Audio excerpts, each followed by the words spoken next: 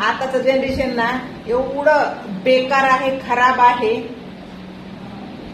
ज्यांना तुम्ही आपलं आपलं म्हणता, खरंच ते तुमचं आहे का? अरे ते फक्त पाणी गाळण्यापुरतं इथं तिथं फिरतं. कशाला उगाच स्वतःला एवढ्या धोक्यामध्ये ठेवता? खूप मजेदार मुद्दा आहे. आणि माझ्या व्हिडिओला लाईक करायचं बरं का. म्हणजे पुन्हा पुन्हा असं कॉन्फिडेंट येतं मला मुद्दे घेऊन यायला. कळलं का? तर हा मुद्दा खूप महत्वाचा आहे आणि खास करून मुला मुलींसाठी बरं का. जे मुलं मुली एकमेकांना बाबू शोना मोना गोना असे करत फिरतात काही दिवसासाठी, पण त्याच्या पुढचा परिणाम काय असतो हे दोघांनाही योग्य नाही. कळलं का? लक्षात घ्या नीट. तुमच्यासाठी बोलायले मुलांनो. म्हणजे तुम्ही कॉलेजला जेव्हा जाता तेव्हा तुम्ही तुमच्या आई वडिलांचा विचार करता का? जे तुम्हाला कॉलेजला टाकलेलं असतं ते कशासाठी? म्हणजे टचिंग खेळण्यासाठी का मग स्वतःचं आयुष्य भविष्य घडवण्यासाठी? जर तुम्ही स्वतःचं आयुष्य घडवण्यासाठी कॉलेज करत असाल तर अगदी 16 आणे एकदम राईट आहे, बरोबर. पण जे मुलं मुली कॉलेज फक्त एका गोष्टीसाठी अटेंड करतात ना, ते म्हणजे त्याला काय म्हणायचं? लग आपलं चांगलंच बोलूया, वाईट नको बोलायला. गर्लफ्रेंड बॉयफ्रेंड हे नातं निभवण्यासाठी, टिकवण्यासाठी, एकमेकावर लक्ष ठेवण्यासाठी. तर मग हे तुम्ही तुमच्या आई वडिलांसोबत किती प्रामाणिक आहात एकदा विचार करून बघा. कळलं का? आणि जर तुम्ही नाही विचार केला, आई वडिलांना असं धोक्यात ठेवणं आणि बाहेर हे असं तुम्ही स्वतःला प्रूफ करून दाखवणं, ते तुमच्यासाठी किती घातक ठरतं पुढे चालून. कळलं का? म्हणजे बाबू शोना खूप मज्जा येते त्यामध्ये. आणि हे नातं एकदा आपण मान्य केलं तर त्या नात्याची सवय होऊन जाते आपल्याला, गर्लफ्रेंड बॉयफ्रेंड नात्याची. पण ते नातं असंच टिकून राहील ह्याची काय गॅरंटी आहे का? काय गॅरंटी? त्यामुळे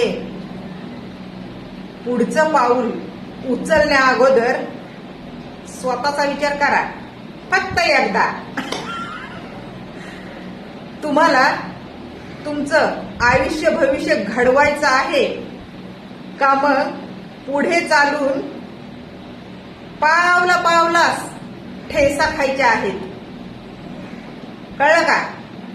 आणि यामध्ये मुलगा पण ठेसा खाऊ शकतो असं नाही की नाही. आजकाल मुलींचा जमाना आहे. काय तर तितक्यामध्ये मुली त्यांचं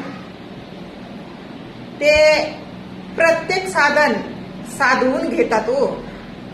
म्हणजे आयुष्य भविष्याचं विचारही त्यांच्या डोक्यात असतो. त्याचमुळे कुठंतरी प्रगती करतात बरं का.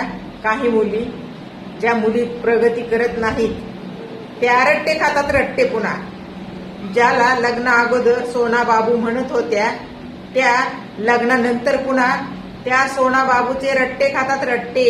आणि घरात गप गुणानं बसतात लेकरू बागलात घेऊन. आणि ज्या मुली अभ्यासावर लक्ष देतात, रेग्युलर कॉलेज करतात आणि ते पण फक्त कॉलेज बरं का, दुसऱ्या भानगडीत पडत नाहीत, त्या मुली एक दिवस सक्सेस नक्कीच स्वतःला बनवून दाखवतात आणि स्वतःच्या पायावर उभा राहतात आणि स्वतःच्या हिमतीने स्वतःही जगतात आणि दुसऱ्यांनाही जगवतात. कळलं का? तर मग तुम्हाला कोणतं चांगलं वाटतं सांगा की, कमेंट मध्ये सांगा. म्हणजे तुम्हाला पात्रात कोणत्या खायला आवडतं? स्वतःच्या हिमतीने स्वतःही जगायचं आणि दुसऱ्यांनाही जगवायचं, किंवा मग दुसऱ्यांच्या रट्टे खाऊन का होईना पण दुसऱ्यांच्या जीवावर जगायचं? रट्टे खावाच लागतात राव. कळलं का? जे लग्ना अगोदर सोना मोना बाबू पिल्लू ऐकून घेतो ना, ते पुन्हा आहो असं सुद्धा ऐकून घ्यायला तयार नाही राहत बरं का. लग्नानंतर आहो कितीही म्हणा तुम्ही आवडीनं, लक्षच देत नाही अजिबात पुन्हा. मग तिथे तुमचं काही चालणार सुद्धा नाही. तर मुला मुलींना बोलायले मी, बाबांनो तुम्ही क्लासेस जॉईन करता, कम्प्युटर क्लासेस, तिथे जरी तुम्ही जात असाल तर तुम्ही तुमच्या कामानिमित्त जातो ना, काहीतरी तुम्हाला त्यातून शिकायचंय. तर तुम्ही जे शिकायचंय ना तिथे तुम्ही पैसे भरलेले असते तुमच्या मायबापाने, तुम्ही नाही, तुमच्या मायबापाने. तर त्याची जाणीव ठेवा आणि ते कम्प्युटर क्लासेस असतात ना, ते जर अशी कुठेतरी योग्य मार्गाने ते सुरळीत पाडा.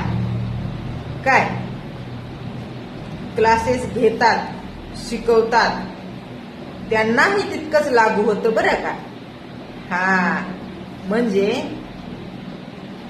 खास करून जे क्लासेस घेतात, शिकवतात, मॅडम असू द्या, सर असू द्या,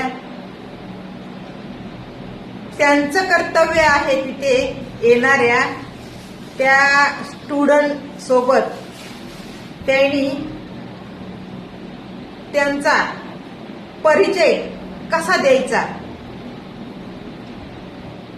आणि स्टुडंट सोबत ट्रीट कसं यायचं.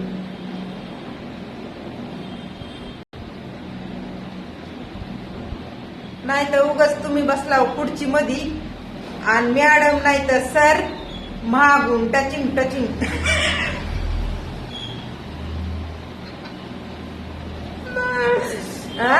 हे असं नाही, तसं नाही, असं डाऊट क्लिअर करायचं. नाही तर कोणा स्टुडंटला अशी सव असते, सर मॅडम हा डाऊट मला काढून द्या एवढा, की लगेच उड्या मारीत गेला सर, गेली मॅडम. अरे काय चाललंय यार? जागच्या जागेवरून सॉर्ट आउट करत जा. कळलं का? म्हणजे शाळेमध्ये तुम्हाला अभ्यास दिला जातो ते कसा घरून करून आणा, पाठांतर, लिखाण वगैरे, पुन्हा अजून ते काहीतरी बनवायचं असतं ना, पुष्ट्याचं हे ते बघा मुलांना बनवायला देतात गॅजेट काहीतरी, ते सर मॅडम शाळेमध्ये तुम्हाला कसं देतात हे पूर्ण करून मग दाखवा मला. ते छोट्या डाऊटला तुम्ही जवळीक येता, ते कुठेतरी बरोबर आहे का? त्याने जरा जवळीकच होते जास्त, बरं का. हा तर सर मॅडम ह्यांच्यातला फरक खेळणी सुद्धा असं डिस्टन्स थोडस ठेवावा. हा थोडस बघा, एक व्हिडिओ व्हायरल झालाय सर मॅडमचा. पप्पीत दे पारूला आणि ते पोपट द्यायला या. हो, पारूबाई बसली आपली अशी खुर्ची मध्ये, ते पोपट फिरताय तिच्या आजूबाजूला.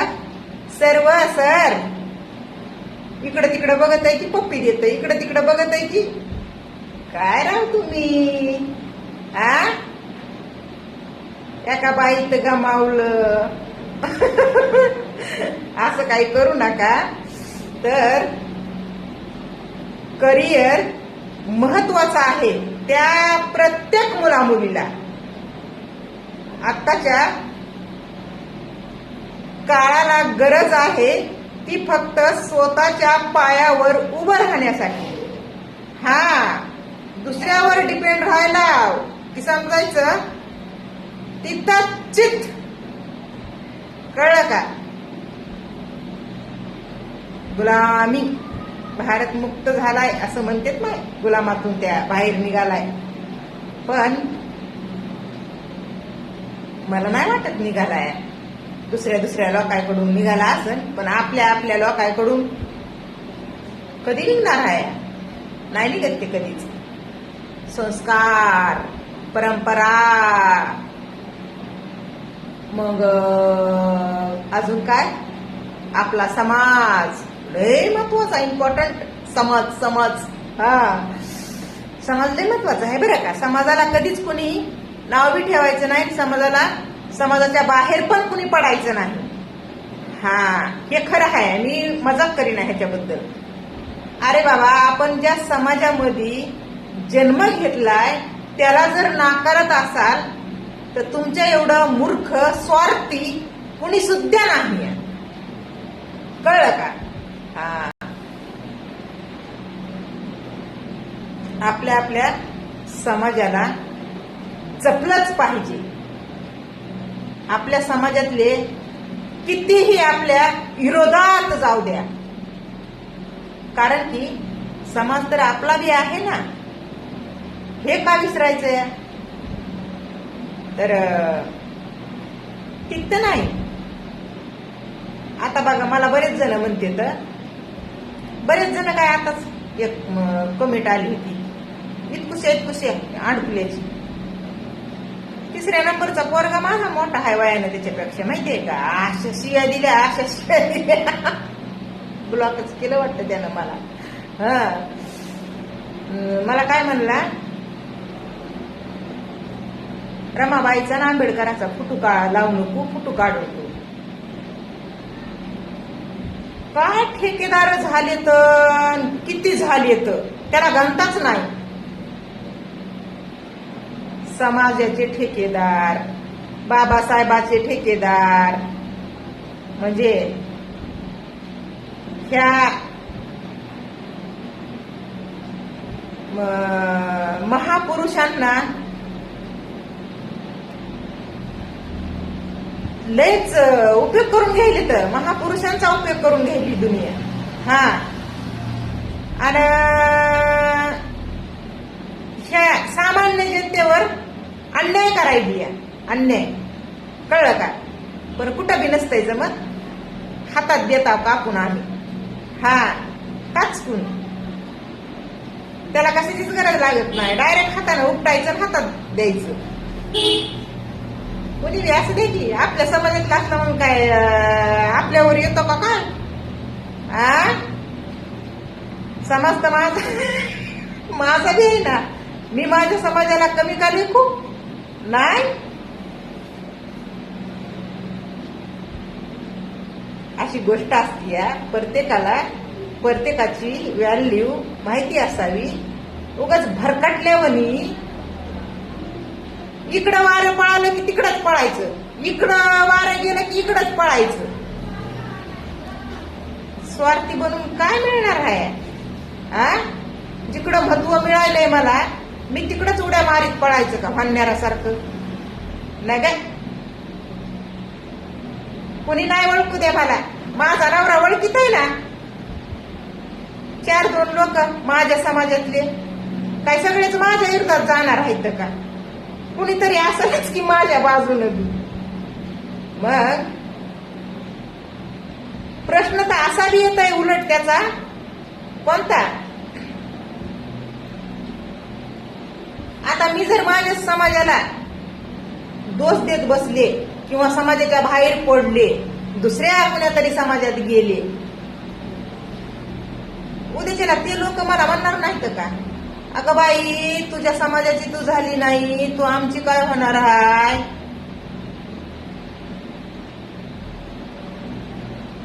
हाताला रिकामी पिढा.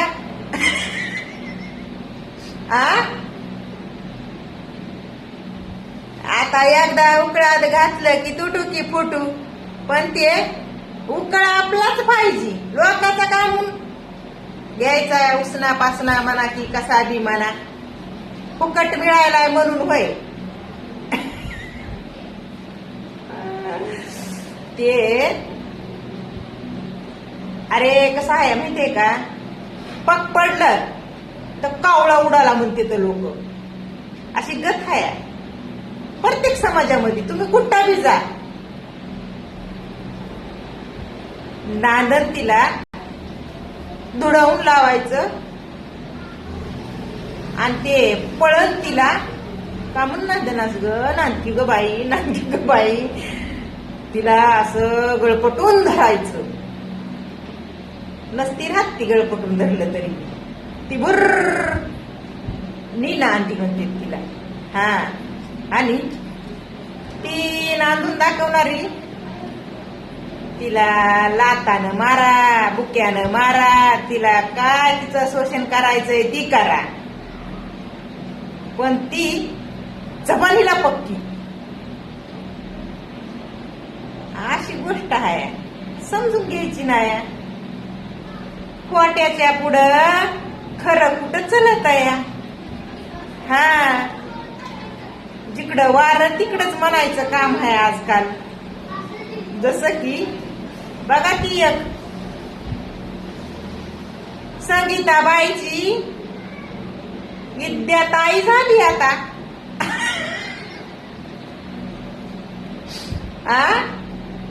अशा विद्याताया माझ्या समाजात किती असत्या ना व, आणि कितीतरी ज्ञानी ज्ञानी, कितीतरी पुढं गेलेल्या, कितीतरी अभ्यासू, शिक्षण शिकलेल्या महामानवांना मानणाऱ्या, त्यांच्या मार्गदर्शनाखाली जगणाऱ्या, वागणाऱ्या.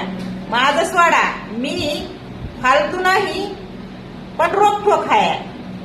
हा, तर त्यांना कुणी असं म्हणजे चांगलं म्हणीना, जवळ करीना, जवळ धरीना, कवा कधी सत्कार कोणता करीना. ही फस मारायचं काम आहे, फक्त फस मारायचं काम. समाजामध्ये ते काय म्हणते ते तिरपट आणायचं. हा, समाजामध्ये ये नाही आता, लय आहे वाक्य भारी, पण आता येईच नाही, अशी गोष्ट झाली आहे. तर बाबांनो, शेवटी मी सांगायले मुला मुलींना, तुम्ही आई वडिलांचा विचार करा. आई वडिलांनी पूर्ण आयुष्य घालविलेलं असतंय. तुम्हाला जन्म दिल्यापासून आई वडिलांचं स्वप्न ते फक्त एकच असतंय, माझ्या मुलाला कुठली कमी पडली नाही पाहिजे आणि माझा मुलगा मुलगी सक्सेस झालेलीच बघायची मला. ते इकडं तिकडं पळापळी करून नाही ग माय. हा, जाग्यावरून स्वतःच्या पायावर उभा राहून दाखवा. कळलं का? काय वाटतं तुम्हाला? कमेंट करून सांगा. चला मग बाय.